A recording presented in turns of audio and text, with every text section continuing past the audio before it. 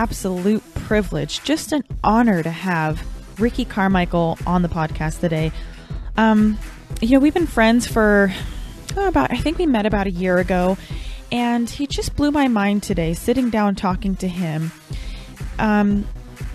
It's crazy because you listen to him talk and he's so humble. He talks about himself. He's just like, I'm just a boy from Florida, from my hometown, Tallahassee, who happened to have a good work ethic, and you're listening to him. And I'm going to try to put this into perspective for you.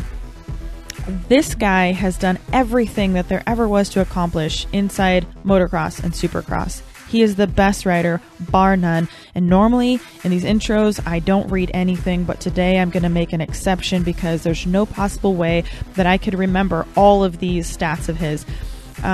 His records combined for motocross and supercross wins is 150. The one before that, the record before that was 89. So he just blew it out of the water.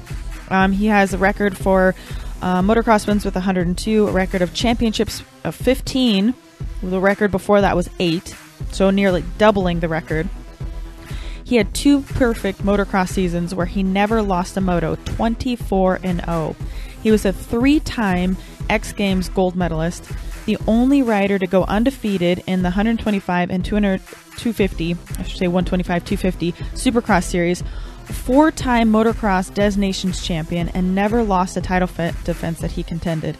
And that's just the tip of the iceberg. That's just the biggest of his accomplishments. It's not to say what he did in his amateur career and everything that he's done, but like I said, I think the most fascinating part about this interview is the humble nature of Ricky Carmichael. Everything that he's accomplished, and he has been able to keep a grounded mindset, and he still talks about himself so humbly. And I have to leave it up to his manager to really talk about him, to bring up how amazing he is, because Ricky is not going to be the one to talk about himself that way. If you're interested after listening to this and learning a little bit more about him, you can go to rickycarmichael.com or follow him on Instagram, Twitter, Facebook. Truly an amazing individual. I wish we had more time than we did for this interview, but we definitely will be coming with a part 2. So listen in. I really hope you enjoy as I did.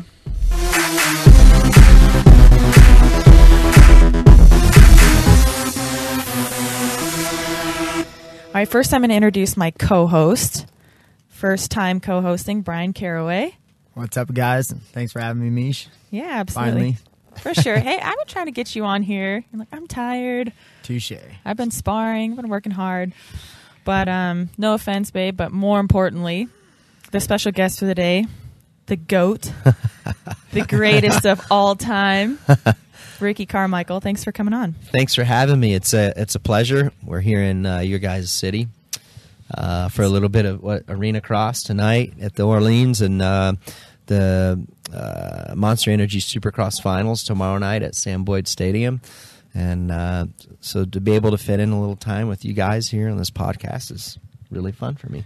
Wow, I appreciate that. Yeah. You're quite a busy guy, so I appreciate last minute. And I was texting your manager, Jage. Hey, do you think I could steal him away for about an hour? I'm glad to do it, to get away from the normal grind. It's fun for sure. Yeah, well, you look pretty comfortable when I walked in. You were like laying on the couch, like you didn't even look like you wanted to get up to hug us, but you did. So I did, yeah. I'm all for hugging it out for sure. So I was comfortable though. You looked comfortable. I was like, dude, just stay. I'm okay with the high five. It's all good. She was asking me if every single week, hey, you want to come to this podcast? Hey, check out my podcast. This is my podcast. I'm like, nah. And then today she's like, hey, you want to be a part of my podcast? I'm like, nah. She's like, I'm gonna ask Ricky. I'm like, oh, let me get my shoes on. Real quick. I'm kind of like, I'm bumming you brought this guy today because he's got what I always call race face. He's getting serious for his fight coming up, and no offense, Brian, I love hanging out with you. You were funner to hang out with last year this time when you had no pressure. I was fat and happy. I was running on Cocoa Krispies and gummy bears. I was a lot happier then. Now I'm on the asparagus and broccoli. That was fun. right? He loves it. No, I'm not gonna lie, Ricky. I didn't bring you on because I am the most educated person in Supercross and motocross. I'm not. So I may pick your brain a little bit. Brian is, however, he's obviously probably your biggest fan, and you're definitely his MCM, Man Crush Monday, every Monday. Right. Perfect. Easy over there, right? So I find myself getting a little jealous sometimes. Like, geez, what's up with the Ricky Carmichael talk? See, come on, man. You don't know. Right. We got his bond. I guess I don't. She's learning it. I'm trying to figure it out. All right, tell me how you got your start in all of this. Well, it was 1985. I was 5 years old on Valentine's Day. My father bought me a motorcycle. That was the first time that I ever rode anything. My cousins used to ride a little bit, and my father was really close with their parents. So I think it just happened to be something like, hey, let me go down there and buy you a motorcycle, and we can do things with the family together, the cousins. So that's how it started. It was a little Yamaha 3-wheeler, what they called a Trizingers back then, big old blue thing. So that was 1985, and that was the first day that I got my first motorcycle. Short story. So they took me to like the sand pit, right? And Did you want to ride? Like, were you asking for this motorcycle? Was it like a late Christmas gift? I mean, it comes on Valentine's Day. It seems a little. I know, odd, right? Especially Yeah. for a boy to get a motorcycle on Valentine's Day. Like Valentine's Day is for girls, really. Not for you. Well, it wasn't start for of me an that epic day. career. Right? Yeah. So that's a good question. I don't know if I asked that part. I can't remember. I really can't, and I must have. I must have initiated. Saw your that. cousins riding and kind of thought, I Right. wanna Yeah. try that. Maybe my dad asked me, "Hey, do you want a dirt bike or a motorcycle?" And I said, "Yeah." So they took me to ride, and I was in this sand pit, and we parked across the street, just a little like one way street. There's no cars going on it. So they said, "Don't cross the street without us walking beside you," or whatever. And anyhow, long story short, the first time when I crossed the street, and we went in the sand pit, I rode, and then I crossed the street without them, without their permission, and then they wouldn't let me ride anymore that day. I started crying. I was all upset, and anyhow, so pretty funny story. I should have listened a little bit more to my parents, being that was the first day on my motorcycle, and they Don't we cut all me short. say that though? I think Right. that's the story. That's like how it goes. So I don't have kids yet because I'm Yeah. like, They're a lot of work, let me tell you. I got 2 of them, so it's crazy. But so one thing led to another, really. I started racing locally at a local track kind of just north of Tampa, Florida. It's So called Dade City Raceway. And how old were you when you had your first 5. race? I was You 5 were years old. Yeah, See, so I didn't rode know. I was like 5 years old. I rode like a couple, I don't know, maybe about a month after I got my first motorcycle. I started racing locally. Jumped right in. Yeah, I mean, started racing locally, and one thing led to another, So I did like the local series for a year or two at the local track, and then we started racing regionally, like in Florida, Georgia. And Now, did your dad have any riding experience No. growing up? Not at all. Nothing. That's a great question. My parents had 0 riding experience. I mean, not really nothing. So I was, for the most part, self-taught. I didn't have any. self-teaching, I was self-taught. I didn't have any, no coaches or anything like that. My parents were students of the sport. That's as how well. it was for me in wrestling. When Really? I started wrestling. Nobody in my family wrestled. I didn't have any older brothers or anything like that. And I just kind of got into it by chance, fell in love with it. And Yep. my parents also kind of became students of the sport. Right, and that's what. So as I fast forwarding a little bit, as I coach people today at my farm, they're always like, "Hey, what do I do?" Or when we go out to the track and they're done and they're done with their warm up and we meet on the hill and we talk, "Okay, what do you guys want to do?" They always say, "I don't know." And a lot of these kids that go to the facilities these days, these practice facilities, I feel like they're robots. They can't make decisions for themselves. Yeah. They always say, "I don't know." I say, "How can you not know what you want to practice?" I mean, we rode yesterday. Where did you feel like shit? Yeah. That's where we're going to practice today. You see that happen a lot Well, in MMA as well. To be fair, I feel like if the goat walked onto the track and asked me what I want to do, I'd be like, I don't know. You tell me. But I'm around them so much Yeah. that it shouldn't be like that. You True. know. Right. Now, It is like that when I do like my RCUs, Ricky Carmichael Universities, when it's just a one-time deal. Okay. Then they're a little starstruck, and I don't have to ask them what they want to do because I already have the day set up, so they know. So they know they know what's coming. So anyhow, now going backwards, I was self-taught. My parents had no riding experience, so after I started racing locally, regionally, then I started racing nationally and just started climbing up the ladder. Was your first big race probably Loretta Lynn's? Yes. Yeah, Loretta Lynn's was obviously, that is the biggest amateur race in the world. And that was, to make it there is something. So I was able to make it there. I think the first year I got fourth overall. What year was that? How old were you? I think that was 1991. I think so. 80s? No, little 60s, Yeah, 65s, Kawasaki 60s. Yeah, KX60 it was. Yeah. They're I'm still trying to 65s learn now. this they're 60s, terminology. right? I just Yeah. got a new I bike. just taught her. Yeah, so it's a Kawasaki 60. It's a 60 cc, so it's a little bike. And generally, what color are the Kawasaki's? They're green. There you go. He was Yeah. testing me this Teach her the morning. basics. Like usually, if it's yellow, He's like, it's "What's a the yellow one?" Suzuki. I'm like, This morning, if it's Suzuki. right. Honda's usually what? I was really proud of myself. I got like 3 of the 4 right, Yeah. and I couldn't remember what the KTM was. There's not too many to. I know. KTM should be easier for you to remember. You're making me look bad. You're like, there's not too many. I'm like, There's like 5. there's like 5. I know. Come on, you guys. I'm trying Like, here. I like the yellow one. So it was, it's just crazy. I don't. Did you get off the ground at 5? Like, you're actually jumping? Yeah. Oh my gosh. Yeah, I got off the ground at 5. We just went out to Mesquite Motocross Park. Brian took me out there. And what's the bike that I was riding? I got her a Suzuki RM85, but she's too big for her. I think a little Right. bit too Hey, much, watch too yourself. top heavy. Still a lady. I'm staying out of this one. You could tell that we're fighters because you're just like, she's too big for it. Like, no problem. Like, if any other guy said that about his girlfriend, she'd be like, excuse me. No, But no, it's true. I am. So I just got a new bike, though. Yeah, you probably do need one size up from an 85. Yeah. Tell them what I got. I got her a WR250F. That's perfect. Just because it's. I hate having to drive over to the track and start her bike for her. Although sometimes she's starting herself. They have electric starts, right? Yeah. So that's why it's got the electric start. She likes the kickstand on it, and then also they have the gearing. Obviously, as the gearing's not as torquey, so it's a little bit easier for her to control and ride and learn. Well, the horsepower and power curve on that motorcycle is a lot safer for you because the last thing both of you guys need to be doing is hurting yourself on a dirt bike. So I'm with definitely. you. I mean, things can happen on a dirt bike, but that bike is a lot more forgiving for sure than an 85. Yeah, still But got the good I suspension. probably got, like, how high off the ground now? You got a couple feet. I think 3 you need feet, to 4 you feet, need to maybe? focus on the fundamentals and not worrying about jumping. That's what I was trying to tell her. I said, Hey, I've been See, out- that's what everybody I've been wants out to like do. 10 It's times. like That is the most fun part. I know she kept going back and doing the same thing over again. I'm like, what are you Jump, doing? She's like, I'm jump, trying to jump. I'm jump, like, why don't you jump. practice standing first? You can barely even stand. I Well, was the like, bike was just start small. When I got on standing. Dr. Edwards' bike, I did all right. I could stand on it. Yeah, Otherwise, so I feel like I was falling over the front. Yeah, I it's think true. you need to get 4 wheels. 4 wheels? I don't know. I think. Stay strapped in. Yeah, I think I'm good. She's pretty crazy in the Razor. We got a 2015 Polaris Razor 1000, and she's pretty nuts in that. Did you thing, flip it so. yet?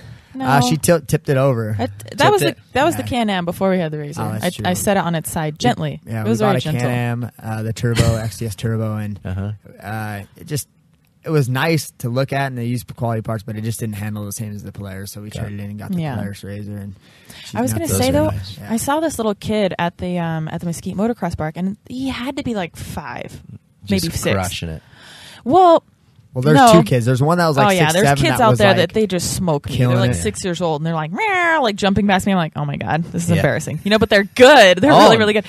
Dude, it's nuts how good the young kids are. It really is. I mean, they are unbelievable talents. But this little kid must have just been learning. It was his first day. Yeah, he was just learning, and he was pretty far away from his dad, and he starts revving it up and going faster and faster, and he starts to get the wobble, and his dad's like, whoa, it's slowing down, like, try to do slow down, let off the brake, and the kid's headed straight for him, and he's going faster and faster, and he's getting more of a wobble, and the dad ended up having to, like, clothesline the kid off the bike, because he was just going to run into a truck or Yeah, something. he just got Poor thing. I Did know. you feel sorry for I him? felt so bad when I saw like 5 or 6 adults run over to the little kid and make sure he popped propped up and he still had his helmet on and he was just kind of standing there. I think he had the adrenaline rush. He was okay. Right. You know, he tumbled like 3 times. He was going pretty fast. It was oh no. It happens to the best of us. I ran through my screened-in porch, actually. Yeah, the first time I got on a more powerful motorcycle. Yeah, I went right through our screened-in porch. So it happens to the best of us. From the outside in? Yeah. What did you run into when you went inside? I went in. No, I was going into there's a screen-in porch, and I just like leaned the bike over and slid inside the porch. You just sent the bike in. Yeah, you stayed outside. You're like, I'm gonna go. I ended up in there too. Oh, you ended up in there too. I ended up in there too. But you didn't break the glass, so it was good aim. It was because it was a screen. So there wasn't any glass? Screened in porch. Oh, screened. Oh, I thought you were. I picture you going through like the screen of like a sliding glass door. door. Yeah, no, I'm sorry. I was thinking the bike was Yeah, screened in porch. I got you. Okay. We don't have those out. We don't have those out here. We're not in Florida where there's all those mosquitoes, mosquitoes and flies and bugs. Yeah. They love me. Oh, they just eat me alive. Me too. Do you guys have gnats here? Really? I don't know about here in Vegas and Washington. We don't have a lot in the way of bugs. Yeah. I feel like here, it's so dry. Yeah. No, Washington State. We have black widows though. There's a bunch of gnats. A lot of gnats there. Black widows. Those are scary. Found one in my garage. No. You That's don't not want good. those. No, it's like we need to get someone to come out here and kill this and exterminate this right away. Yeah. So I got a question. So you got your 3-wheeler for first, and then what was the first dirt bike you had? Was it a PW, like a Yamaha or a Junior? No, Junior, the next bike was a KX60. Oh, you went straight from the 3-wheeler to the KX60. Yeah, straight from the 3-wheeler because I would have been about 6 or 7 at the time. I think I raced my 3-wheeler for a year and a half. Okay, so I'd have been almost 7. So that's about the right. That's about the right age for a 60. Quite a bit of power difference, probably from the 3-wheeler. Well, from a 3-wheeler, then going from a 3-wheeler to a 2-wheeler with a clutch, shift, gears. My 3-wheeler was just an automatic. Yeah. So no clutch, nothing. You just get on it, turn the throttle, and go. Where the 60 was, like I said, obviously 2 wheels, clutch, and brake and all that, or gear shifter. So you raced. You started getting the Loretta Lynn's, and then when you were younger, you picked up. Like Kawasaki seemed to take notice of you and kind of picked you up and helped you out. I was going to ask because this is a really expensive sport. Yeah, well, that's a good thing. Good question, or not even a question, but good recognizing that. The first big amateur national I went to, it wasn't Loretta Lynn's, was 1987, I believe. No. 1988. Came here to Las Vegas. It's called the World Mini Grand Prix. Yep. And how we got here was my dad sold his Harley Davidson, bought our airfare. So thank you, Dad. Yeah, and packed my motorcycle in a suitcase. That is and a bicycle box and flew out here. So we stayed at the Circus. That is so cool. When you started your making parents more money, were... did you ever buy him a Harley again? I did. I told my dad I always promised him if I ever make it pro, I'll buy you the Harley that you sold. I didn't buy the actual one that he sold, but I replaced it. That's awesome. Yeah, as a Harley Davidson Fat Boy. Was he happy? Yeah, he was. Was it on Valentine's? Was it on Valentine's Day? No, that's good though. I should have done that. Right? That is good. I should have done that. And with a box of chocolates. Right. I don't know about the chocolates. Yeah, that might get a little weird. Yeah, that's weird. Well, it's a loving holiday. You can love your dad. I think the Harley's pretty loving itself. Yeah. Definitely love your dad, but I don't know. That's weird. Yeah, I agree. Yeah, that's weird. You guys are weird. Well, there's a bromance over here. So the World Mini. So you came out for that one. How'd that go? I think I got. The first time I came out here, I won. Wow. I won. So you that was really good. You got that self-taught. fast? I went to a couple riding schools. Okay. By this time. But nothing serious. I still didn't have a coach. Yeah. I just, like if some local rider had a riding school, we would go there and try to learn stuff. How did you decide that you wanted to? I mean, you're 5 years old. You get a bike. Did you know that I feel like at 5, do you know that there's competitive racing, or did you just want to ride a bike? Or how do you? Did your parents kind of think of that? Like, he's doing really good, let's put him in racing? Or were you kind of like, Mom, Dad, I want to race? Did you know at that age? No, I didn't know. I think that they just bought me the motorcycle as recreational purposes. And then my cousins started racing. So then we went to watch them race one time. And then I think at that point, my parents said, oh, do you want to try it? Or maybe I asked. Yeah. Actually, I'm glad we're having this talk because I'm going to ask my mom and dad, hey, why did I ask to race, whatever? Yeah. So I'm just assuming that's what happened. So, yeah, then they took me to that local track. What's cool. one of the craziest wrecks you've ever had? Craziest or worst? Dude, I mean, I know you've had a lot. Yeah, but. I've had so many.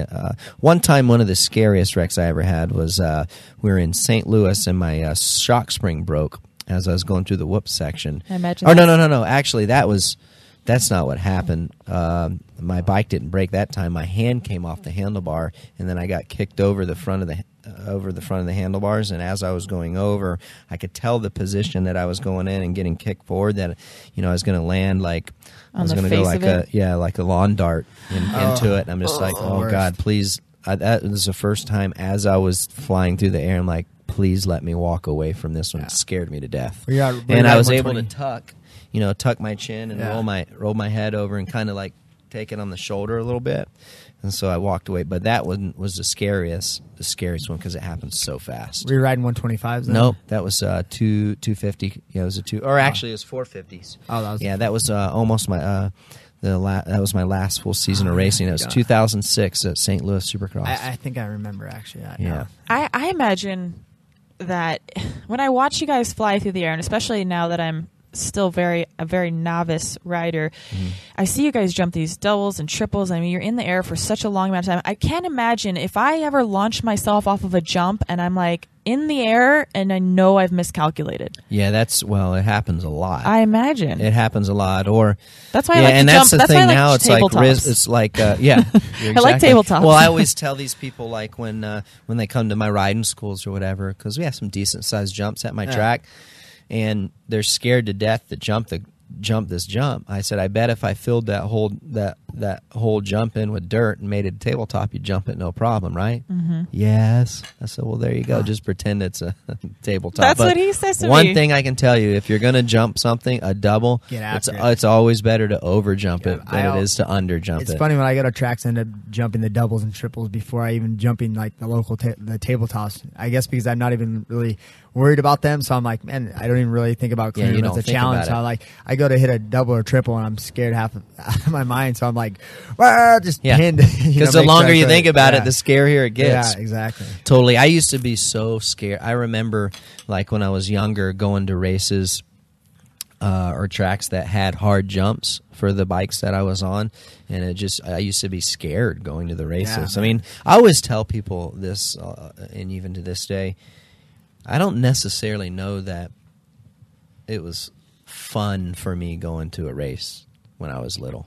I can honestly say that. Really? Because I just think there was so much pressure. I really do. Well, yeah, you started winning already. Yeah, you start doing good, and I just put so much pressure on myself, and I expected so much out of myself that I think looking back, it took a lot of the fun out of it. But I didn't know anything else, so I just went along. With it. I never really had fun. To be thanks honest. for. What about when you won? I mean, were you? Well, when I won, that was awesome. But the only thing was, I was kind of expected to win. Yeah. Mm-hmm. So I know exactly. It's gnarly. I know exactly how it is because that's how I felt like wrestling. Growing up wrestling, and even still fighting to this day. Like I always tell everybody, like mixed martial arts or whatever, fighting in the UFC, it's like a love-hate relationship. Obviously when I'm in there fighting, I'm having like a fun, so to speak, as weird as it sounds. And afterwards, when you win, it's like it's more like a relief than more like, oh, it's fun. Like there's parts where you're like, oh, that was kind of a cool or whatever, and the atmosphere everybody's around, but. You put so much expectations, or people expect you to win when you're at that level. Right. It's more of a relief. Or if you win, you're like, hey, great job, dude. You did what you were supposed to do. Exactly. And that's how I always felt. So it's almost like not really winning. It's just like, okay, you did what you were expected. You did what you're supposed to do. Yeah. It's like it wasn't lose. like, and I guess because you're never really an underdog. If you're a fifth place guy, or you're a fifth place guy, and then you won. You just happen to win. Now that would be, I think, special. Because that person wasn't supposed to win. For me and for you guys, I mean, you're expected to do something, and when you do it, you're like, okay, great job, you're happy, but at the end of the day, you're like, well, shit, that's kind of what I was supposed to do. So I look back on it. I mean, I wish now I would have had more fun, but can't turn back time, and that's Yeah, the way I it hear is. I mean, I have no regrets at all. I'm very fortunate, and but yeah, I Do you didn't think have if a you lot of fun. hadn't I got- never had fun. No? No, I didn't have fun. Yeah, I look back, I can remember going to practice and just dreading going practicing, like Wow. hoping it would rain so I didn't have to ride, or crazy. hoping my motorcycle would break so I didn't have to practice You know, when you put every so much single pressure, day. it's But you kinda- know what? That's what makes you great is because you did it anyways. Right. I never gave up. That's the one thing about it. I mean, my parents really instilled in me is a great work ethic, and I can't tell you the amount of times that I just hated going practicing. It's funny. Yeah. It sounds Same like me thing and in our sport. Yeah, It yeah, translates like right MMA and over. wrestling. Imagine the day that you're exhausted, because we all get that as athletes. You're Oh, just yeah. so tired, and you have to go and realize that someone's going to whoop your ass because you're too tired to defend yourself. Yeah. Imagine Oh yeah. that. We'll see. That wouldn't be very. No, well, that's the thing. I couldn't imagine. I think one thing that I see with some of the riders we work with, is, and it frustrates me a little bit because they always say, "Oh, I'm just so tired today." But as you guys know, you have peaks and valleys. Absolutely.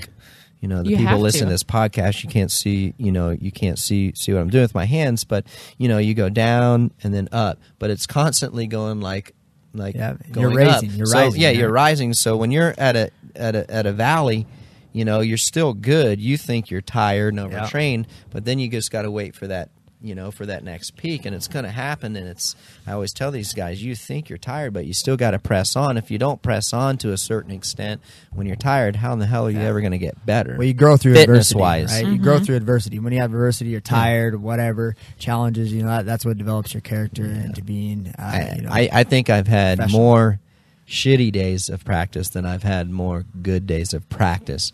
Training, I'd say training would probably be 50-50, like on bike rides or the gym or things of that nature, where, I'd go for a week where I'd be kind of in a valley and feel like crap. But then, I'd have a week where I felt good, but I was still getting better. My strength was getting better. Then on the bicycle training, like road bike, mountain biking, I mean, my fitness performance my cardio was getting better.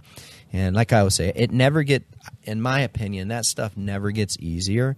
You only go faster. Yeah. Or right. like if you're in the gym, just say, you like pull-ups for this instance. They never get easier. You only do more. Yeah, that's exactly what I was. Yeah. They never get easier. No, you because only you do always more. push yourself to your max. What's funny and is, you push yourself to the max, you're going to get the maximum amount of tired. So Yeah. it doesn't matter if it takes 2 or 10 or 20 or 100. What's funny is I was just telling you, Miesha, this yesterday. She's like, "Well, how do you feel today?" I'm like, still kind of crappy. And she's like, "Well, what do you mean, like better than the other day?" I was like, if you look at my output, maybe how many punches and how many takedowns I did, it was probably a lot higher today, but I still felt the same because I'm pushing myself to the max. I mean, every day Yeah. you're gonna feel like you're dying. Yeah. If you're competitive and you're pushing hard, because you just got to look at your output. Like you said, you do 10 pull-ups the next day, you do 15. You're still feeling the burn and just as tired. But it's what is your output? What is your speed? How many pull-ups are you doing? How many punches you're throwing? So it's it's interesting kind of. It's always a grind, right? That's Yeah. why I Oh, say it is. Brace the grind. 100%. And I always, a lot of the champions that you see, and you guys know it, like, they don't ever look like, I mean, I'm just thinking of moto in general, and I don't know how it is in your guys' sport, but I think of the multi-time champions, with the exception of Jeremy McGrath. I don't ever, it never looked like it was fun for them. Yeah. Like Villapoto, for instance. Yeah. He looked like Yeah, he he was hated what he grinding was for doing, sure. Exactly. but he's grinding all the time. That's interesting. Multi-time champion, Ryan Dungey. Yeah. I mean, it's always a grind for him. I don't know that he's just he's enjoying the fruits of his labor, but it's a lot of work, and it's just, and I can't I stand think a lot of people that's- don't understand that. I can't stand people in any sport that just run off talent and say, "Oh, I just if I'm not having fun, then my results aren't going to be good on the weekend." Dude, at any level, it's going to be unfun. The training, Oh, for sure. Especially when talent only gets you so especially far. when it becomes your job and work. You know what I mean? Like, what you're doing becomes essentially, that's how you're making money. That's how you're surviving. That's your career. So that kind of like kills it a little bit. When I was wrestling in high school, obviously it was I got nervous and stuff, but overall, you're still having fun at times, and you're just dominating. If you're a top guy in the state, you're killing kids, and it's fun to, whatever. But people, like you said, it expects you to win, and then you get to college, and it's at a whole nother intensity level of wrestling. The coaches are on you, and it's like, man, this is a job. I got a scholarship here I'm getting for. Like, it takes it becomes out of more it, pressure, more politics, and finances get involved. Yeah, it just doesn't you have so much more to think about. At a high level anymore, so it's not about like just enjoying the sport. It's about like, man, I got to make. You have to perform. My scholarship, you have to. You have to perform without a doubt.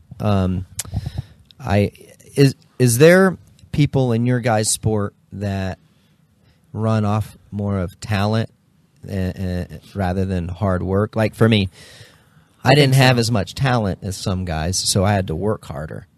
Yeah. And I think that when you get to a top level, and I see it in our sport a lot, some guys just rely on their talent. Well, at the end of the day, like my lack of talent was still good enough, and I outworked them. So when I would outwork them, it would compensate for the deficit of talent that I had.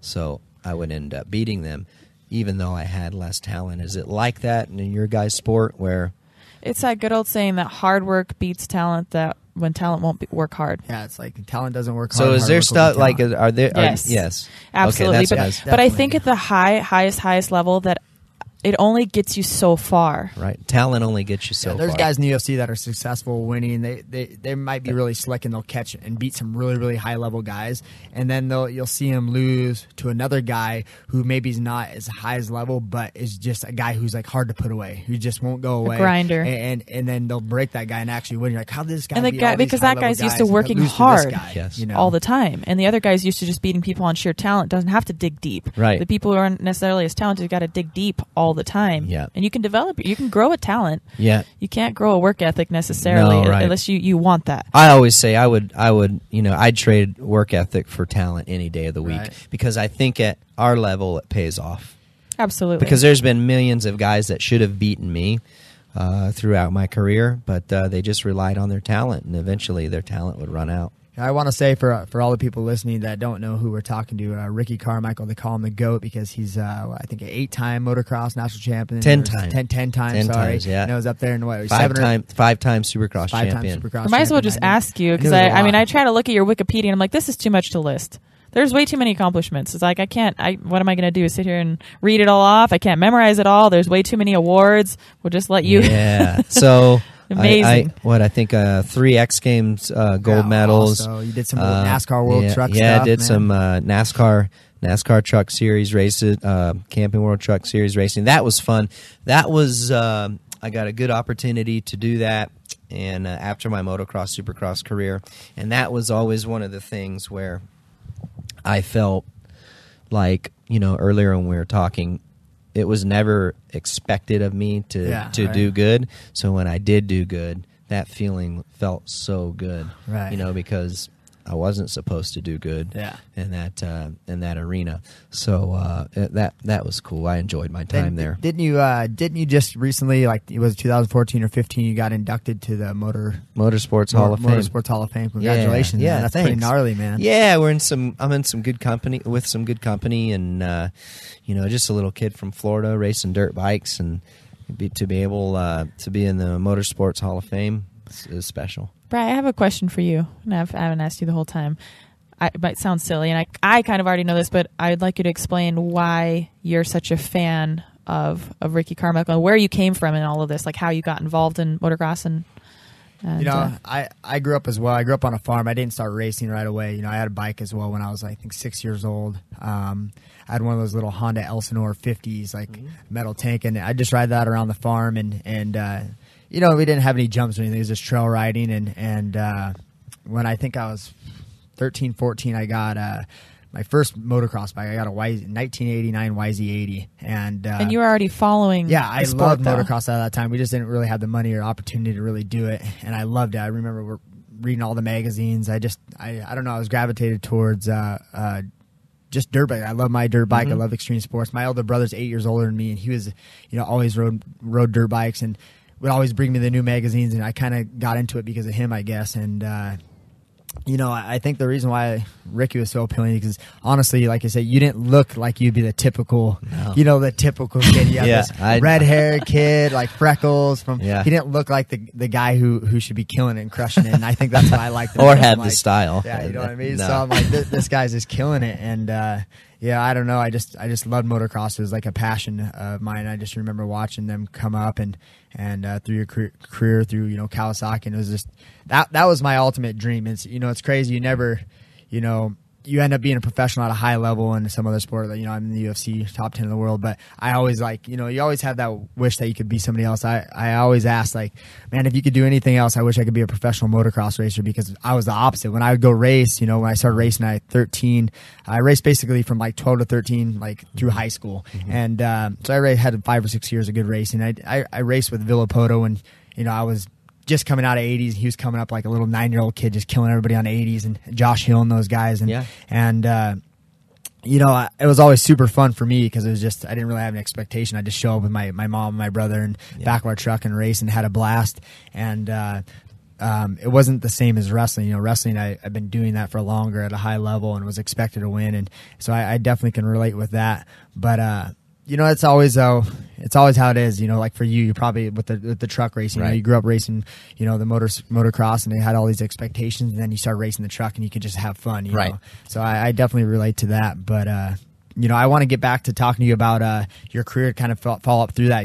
When did you get your Kawasaki ride? When did they start picking up support on that? Yeah. Kind of just take us up through your career. Yeah. So about 1989, 1990. 4 or 5 years after I started racing, that's when I got picked up by Kawasaki, their amateur program called Team Green. And my first contract that I got from them, I still have that contract to this day. It's at my parents' house. And I got $300 in parts allowance. Was my first contract from them. You got to start somewhere, right? And then the next year, I did really good throughout that year, won a bunch of amateur national championships. And then the next year, I think I got like 2 free motorcycles and so more parts. Yeah, they stepped up big. And then the following year just kept getting, I think I got like 8 or 10, and your parents were like, oh, thank God, we don't have another Harley to sell. Yeah, right? Yeah, my mom actually would score or work in the concession stands, and then they waive our sign-up fees and stuff to race. So that's awesome.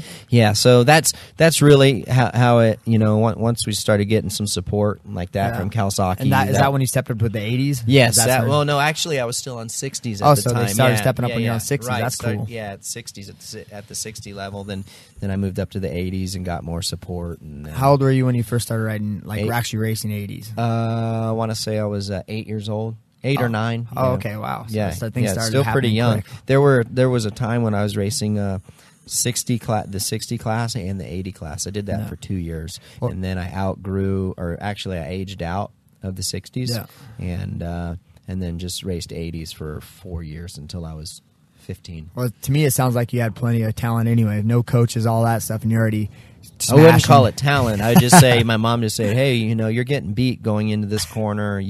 I don't know how to tell you I don't know what to tell you to go faster other than you just got to go faster. Yeah. Figure it out. Figure it out. Hold the Good old mom's advice. Go into the corner harder and come out of it harder. That's all I don't know how to tell you how to do it. Just do it. Just do it. Wow. Well, I figured out myself, and I think that helped me become a smarter rider and make better decisions in race situations, because I had to learn that stuff on my own, and I had to make decisions on my own. Think on your feet. It's like we have a thing called fighter IQ that we talk about, and it's about fighters being able to make game plan adjustments. Like you have a game plan your whole camp, and then all of a sudden it starts going to crap. You got to be able to adjust and outthink on the fly, and I think. We were talking before about kids coming up these days that they have so many coaches and so many other privilege telling them what to do that they don't really know what to do on their own. Like they're robots. They're looking what to train. That kind of happens in MMA too. They're getting coached and trained so much that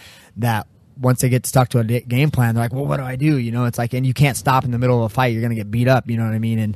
And they end up losing. Yeah, I see it happen all the time. So the people that come through our program at the farm, is I try to make them, be responsible for their own decisions and make their own decisions, because I really believe in that. You have to adjust. And I don't know how fighting is, but in moto at a high level, you always have to predict. So if you're battling it out, say you're in second place and you're battling it out with with the leader, you kind of got to predict on what's going to happen, or what move he's going to make, or how the track is going to change. Set him up, inside, set him outside, up, right? Trick Inside, him, outside, and it's almost like a game of chess. Exactly. That's what I say about our sport. Yeah, it's like if human you chess. go, because here's the thing, at our level or at a top level, the faster you ride, like say I'm leading a race and I go faster and maybe get out of my zone, right?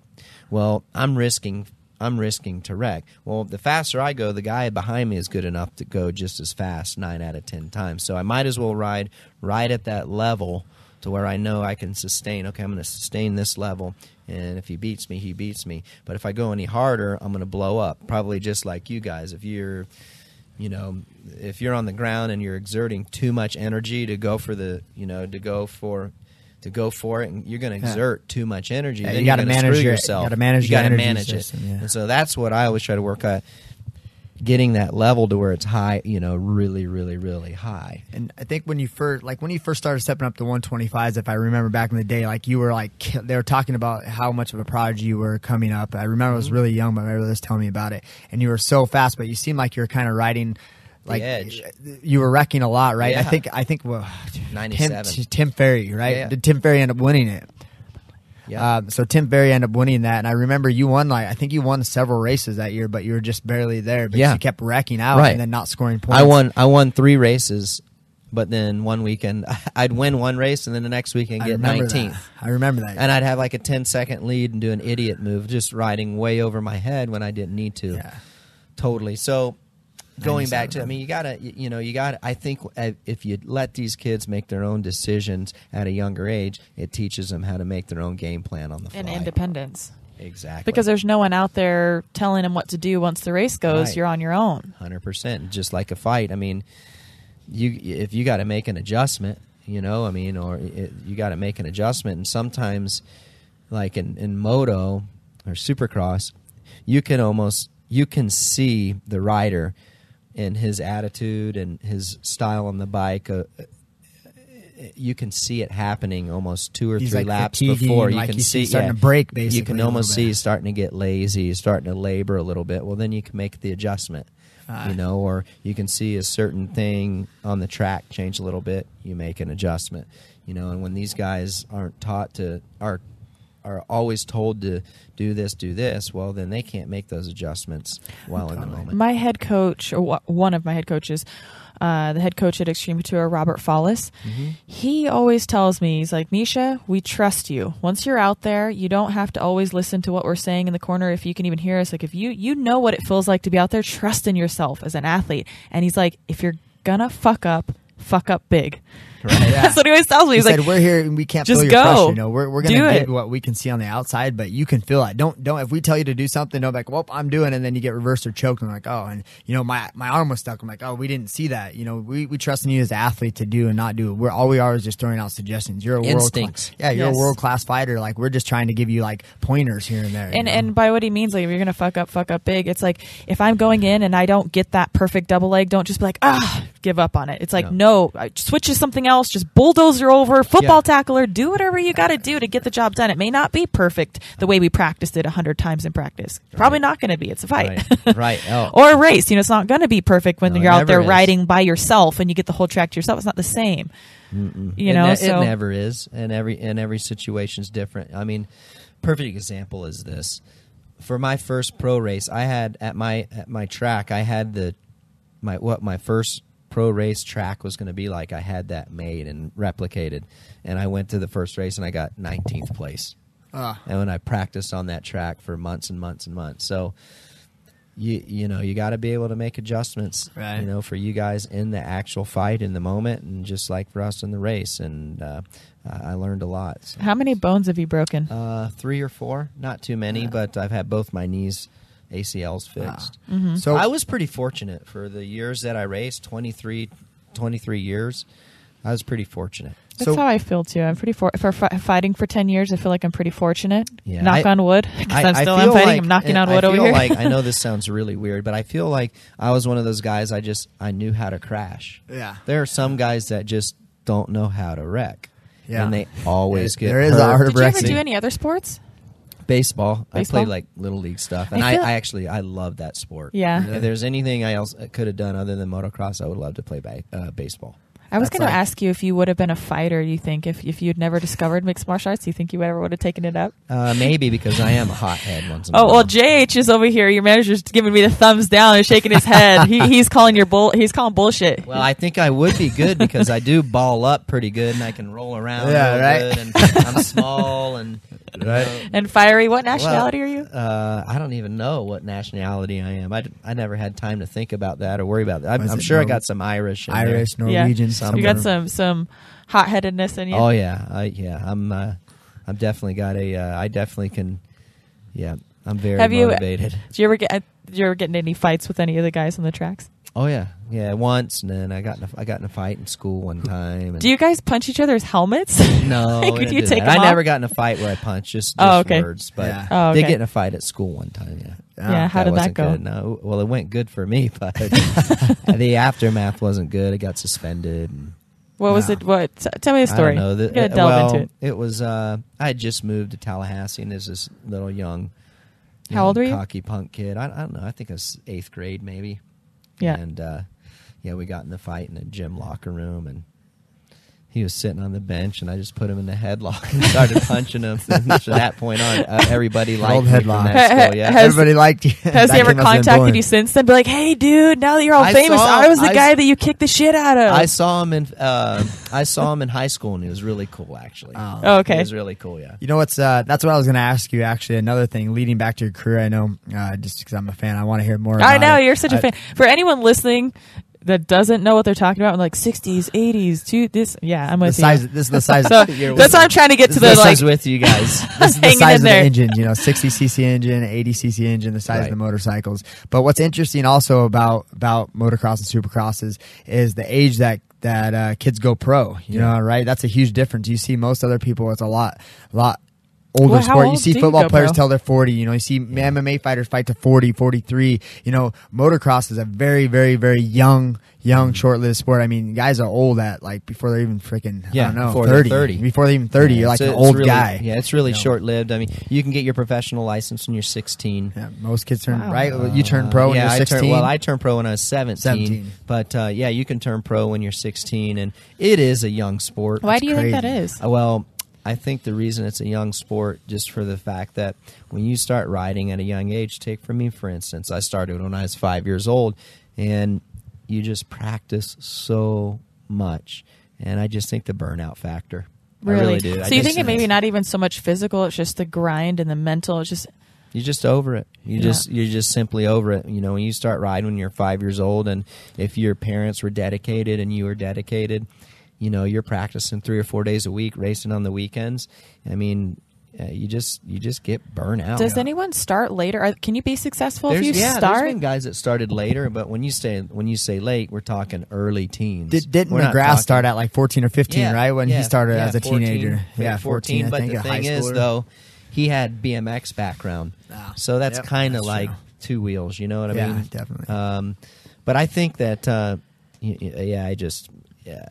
the burnout factor, and people don't see what goes on. Just like you guys, they don't see how hard it is during the week for training, and it's just a lot. It really is. So back about some of your credentials. How many other guys actually had perfect motocross seasons? I know you had like two, Stewart, right? James Stewart. James, I Yeah. figured I knew he was one of the other ones, but you had two, right? Like Yes. 2002 and 2006 or 5 or something like that. The outdoor 2002 and 2004. 4. Okay, you had two perfect seasons, like 20-0 or 24-0. And or then I something did like that. win in 2005. I won every single overall, but I only lost 2 motos. So overall wise, it was a perfect season. Wow. Just I missed. And 2 then races. you won. You did Des Nations, and you won Yeah, Des it was Nations. Motocross of Nations. Yeah, you is- won everything, man. So you guys listening, Motocross of Nations is like the Olympics for motocross, and they take the 3 best guys from each country in the world, and we meet. Most of the time it's races in Europe. So I was fortunate enough to. I think I went to that race 5 or 6 times and I won it. Did you get 3 nervous a times. lot? Were you nervous to race or like something like Was that? that a You know what's different, crazy? I used to get nervous all the time when I was an amateur, Yeah. and then as soon as I turned pro, I never did. Really? I mean, I used to get up in the mornings Why do you on think race that? day. I Why don't do you think know. that is? That You was the don't- most bizarre thing. You weren't doing mental training or anything. You just Nothing. I don't know what happened. Like I used to get up in the mornings as an amateur and be sick to my stomach, couldn't Yeah. eat, and then. Do you think maybe it was a confidence thing? Were you just so confident? I Or wish do you I think knew. it maybe- I wish I knew that because interesting. I remember my first pro national, my first pro race ever. I was dreading getting up in the morning because I'm like, oh, I'm going to be sick, not have an appetite, and I woke up and I had an appetite, and I'm like, wow, and I never. It was good. that'd And you be slept nice, good the actually. nights before your races? You didn't have any like... Yep. I slept good the nights You know, before maybe our it's just races. maturity, probably. Just Yeah, I being never older. I never hardly ever stressed about that. But I think maybe a lot of that was because of the preparation that I put in during the week. Right. You know, I was huge with, if I had good preparation during the week, that mentally helped me. Yeah, absolutely. So the most important question of this whole thing What? is when are we going to be able to come out to the farm and ride? Whenever I keep telling you guys, you can come out. I'll furnish the bikes for you. Just you guys. Do you still like to ride? And you got to like riding, if not you racing, guys maybe. came Have some fun. like situations like that, if you guys came, I'd have a great time. Yeah, we have but I fun. I mean, I'm fair weathered. Here's the thing, like for me, is it's hard to have fun when you can't ride at the level what you once were at. Yeah. And, I know that. And unless and my track and stuff, I mean it's just for training track, and it's not fun unless you can ride it really fast. And if we were in if we were in the mountains riding or something, that would probably be fun to me. Right.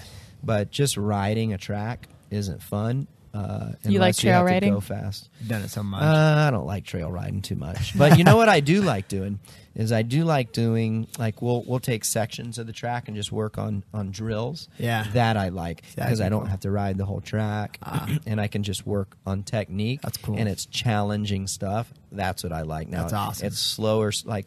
I could do slower speed stuff, and it's just really technical and challenging. That's the stuff I get off on now when I ride my motorcycle. That's fun to me. So I went back and rode Loretta Lynn's in the vet class, like a vet professional class. Oh, nice. And I had a good time. Well, yeah, I did have a good time. I had a good time doing that. Yeah, because there's no pressure. I mean, there's still a little pressure. There was because you're no Ricky pressure, Carmichael, and I but could enjoy myself. Yeah. 100%. So that was good. That was really cool. Did you ever suffer from Did you get arm pump a lot? Oh yeah, absolutely. Man, that I've kills lost me. I've lost a lot of races from arm pump. What do you think about the surgeries nowadays? I think it's no good. I think Really? it's no good. Yeah, My it's doctor, all about grip he strength. swears by it. He swears. He's like, it's so non-invasive Our doctor, now. he used to be a He's a professional sports doctor. motocross racer. Uh-huh. Actually, he raced at a pretty high level. He's older. He raced with all the top guys back in the day and beat some of them. And He swears by the surgery. Yeah, Oh, yeah. He actually is the doctor for Zach Osborne and Yeah. a few other guys. And I know Zach just got the arm pump surgery, and he says that I don't know if it's mentally, but Zach says it's like night and day difference. Yeah. Like he's riding I know, a lot now, better, a lot faster. I do know people that have had it, but I don't know how long it'll last. That's true. the He thing. he says it does come back. The doctor said it absolutely. The fascia will grow back and attach. One thing that I've learned with our trainer that works with us at the farm, he's got a great education in sports science, and basically it all comes down to grip strength. That's what arm pump's all about, And if relaxing, I'm sure. And Right. you know, if you grip, like over a certain percentage, you're going to cause venous occlusion in your vein. Basically, what happens is your veins is going to fill up with blood, and then they're going to collapse, and then it doesn't push the blood out, and then you get arm pump. And So your you- arms get like hard. So Yeah, if you don't I know what mean, arm pump rock is, hard. they're like Yeah, rocks. your forearms. Your forearms, and they're just fill up with completely locked blood. up, and you can't grab anymore, Like what's right? happening is the blood is just pumping blood into your More and more. your forearms, and then your veins collapse. Well, then that blood Doesn't return. That doesn't return. So you're screwed at that point. It hurts. What it comes from is your grip strength is way too tight. Yeah. Okay. Well, So from too all the people strong? who don't know what it is, it's well, it's not extremely about being painful. strong. It means that you're holding on too tight. So you have to learn to relax while you're in a race with Right. other people trying to kick your ass and beat you. And you're jumping. Well, that's why you want to practice. Explain, what's the furthest that you've ever traveled in the air? I don't know. I'd probably say 100 feet, maybe. You got to be bigger than that. Maybe. If you did any... Yeah, if you did any, JH is saying if you did way any longer. dunes riding, you definitely jump way bigger than that. Come on, man. I've never been to the dunes. You never really rode dunes much? I've always loved it. I've jumped like 130 feet in the dunes. I'm like, that's nobody. insane. That just blows my mind. That's the thing. Like, I don't know. I've always been a racer, so I don't know that stuff. I don't. Well, maybe that'd be a chapter that you might actually maybe like trying, and you throw on a sand tire and go play in the dunes by the ocean. Now, you want to talk about me going and having fun riding? That would be fun. I think that'd be cool, man. It would be something that I've never done. So we before. need to plan that. We need to go out. out. We'll plan that. We'll go to the dunes. I want to go to the dunes with you guys, and then y'all need to come to the farm for sure. We'll bring out the razor. We'll build a big bonfire. We'll have a badass pool party at my house when we're done. That would be awesome. How about that? I got Budweiser's on me. Perfect. Well, can you bring Mick Ultra? Do they make Mick Ultra? Yep, they do. Yeah, they do. We have 5-6 cases in our garage. We got a bunch. Perfect. We have like enough to make a beer castle, right. So we'll make an archway for you to walk through of Michelob Ultras. Perfect. I love it. All right, Ricky, thank you so much for being a guest today. I know you've got to run and do a signing, but it was a blast to talk to you and just pick your brain a little bit. Yeah, I can't wait. Hopefully everybody likes it. Thanks for inviting me on this podcast. We need a part 2. He has too much of an extensive career and amazing things he's accomplished. Yeah, so we'll have a part 2 for sure. Yeah, maybe we'll have to have a bowling rematch. Well, that's right, but I'm all for it. But you going to use the bumpers this time? Maybe that'll help me win this time. I don't even know. Just remember, I can hurt you. Okay, I might not be able to beat you in bowling. I can hurt you. I know you. I remember last year you grabbed my my wrist or whatever, and like I thought you were gonna snap my wrist off. It's called a wrist lock, my friend. Yeah, wrist lock. I know. I want to try to avoid those, but you just worry.